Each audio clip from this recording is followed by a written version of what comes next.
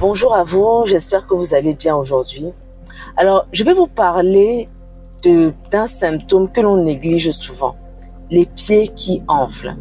Savez-vous que les pieds qui enflent, même si ça ne fait pas mal et ça redescend au petit matin parce qu'on est resté longtemps sur place, que ce soit sur un long trajet en voiture, en avion ou même assis sur une chaise au bureau, ce type de symptôme peut être révélateur de quelque chose de beaucoup plus grave.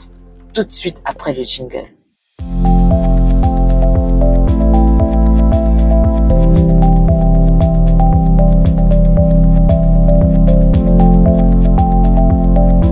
Les pieds qui enflent, c'est de ça qu'il s'agit aujourd'hui.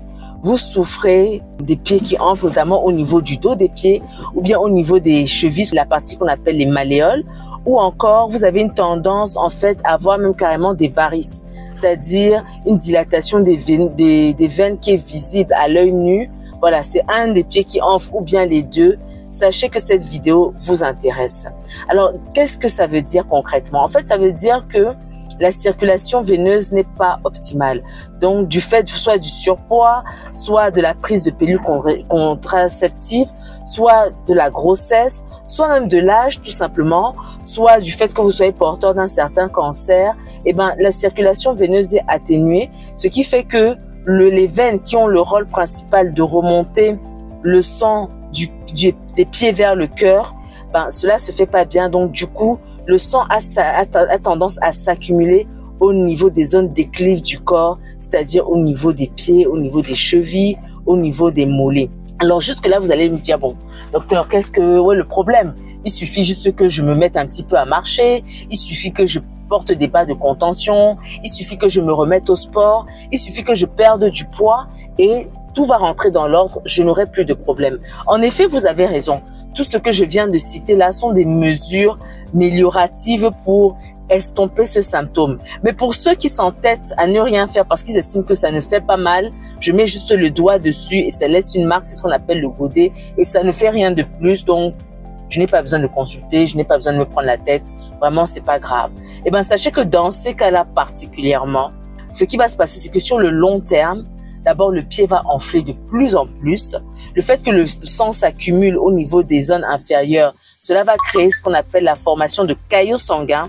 Et ces caillots sanguins ont la possibilité de bloquer la circulation au niveau de votre pied. Donc, le pied va enfler davantage et là, va vraiment devenir douloureux, devenir chaud. Vous aurez même de la fièvre, ok? Et le pire qui puisse se passer, c'est qu'un de ces caillots sanguins migre jusqu'au niveau des poumons et crée ce qu'on appelle une embolie pulmonaire qui peut être vraiment mortelle, qui peut être fatale, qui peut vous emporter une fois. Ok, donc c'est pourquoi en fait il ne faut jamais négliger les petits symptômes. Il ne faut jamais prendre cela à la légère. Même chez les patients qui sont hospitalisés depuis plusieurs jours, depuis un mois, voire parfois même moins. D'accord, pour les personnes qui sont mobilisées parce qu'elles ont fait une fracture, elles doivent rester sur place. Il est conseillé, d'accord, de prendre des médicaments pour prévenir la survenue de ces caillots-là, ce qu'on appelle des anticoagulants.